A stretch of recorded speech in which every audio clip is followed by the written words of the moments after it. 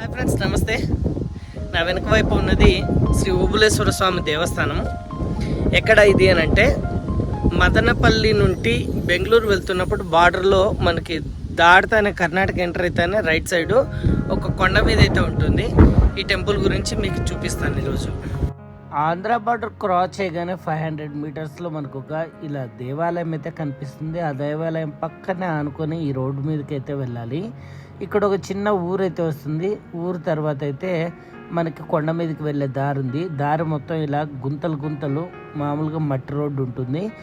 Bike మాత్రమే prefer చేయండి. Car అయితే వెళ్తుంది కానీ చాలా కష్టంగా వెళ్ళాల్సి ఉంటుంది. మధ్యలో వెళ్తుంటే మనకి కొండలైతే పచ్చదనంతో ఆహ్వానం పలుకుతాయి. చాలా అంటే చాలా బ్యూటిఫుల్గా ఉంటుంది. చూడండి మీరే. కొండ మీదకి వచ్చినాక ఇక్కడైతే మనకి ఈ విధంగా ఉంది. పైన గుడి అయితే బాగుంది. అండ్ ఈ ప్లేస్ కూడా జంగిల్ పూర్తి కొండ మీద అయితే ఉంది. ఒకరు ఎప్పుడు రాకండి. నేనైతే వచ్చాను. నేను మామూలుగా వెళ్తుంటాను కాబట్టి ఈ విధంగా అయితే వచ్చాను.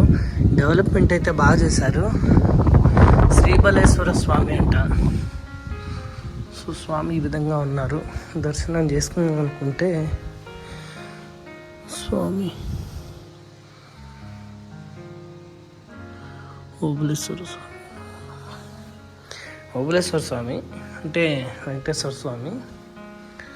ఓవరాల్గా అయితే మనకి పైన టెంపుల్ మీదకి వచ్చాక ఈ విధంగా ఉంది. చుట్టూ మొత్తం అంతా కొండే. ఇక్కడ వాటర్ కూడా ఉన్నాయి. చెలుములు అంటారు కదా, అలాగా. అండ్ ఇక్కడ చెట్టు ఇటువైపు అటువైపు అటువైపు 4 ఉన్నాయి. గుడి బయట నుండి చూపిస్తా చూడండి. మొత్తం చుట్టుపక్కల కొండలు అయితే ఉంటాయి. ఆ కొండల మధ్యలో నుండి మనం వెళ్తే ఈ గుడిని చేరుకుంటాము. మొత్తం ఎటువైపు చూసినా కూడా పచ్చదనమే కనిపిస్తుంది. ఆల్మోస్ట్ ఫుల్ గ్రీనరీతో అయితే ఉంది. ఇది నా బైకు, నేను వచ్చిన జర్నీ. అండ్ గుడి బయట కూడా ఒకసారి మీరు చూస్తే ఈ పైన కూడా కొండే అండి.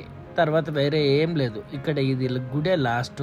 దాని తర్వాత మనం ఆ రోడ్డును కూడా ఒకసారి గమనించండి. రోడ్డు కూడా క్లియర్గా అయితే మనకు కనిపిస్తుంది.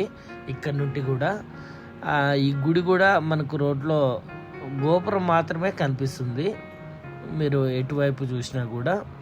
సో ఇదండి వీడియో. నచ్చితే లైక్ చేయండి, షేర్ చేయండి, కామెంట్ అయితే తెలియజేయండి. Thank you.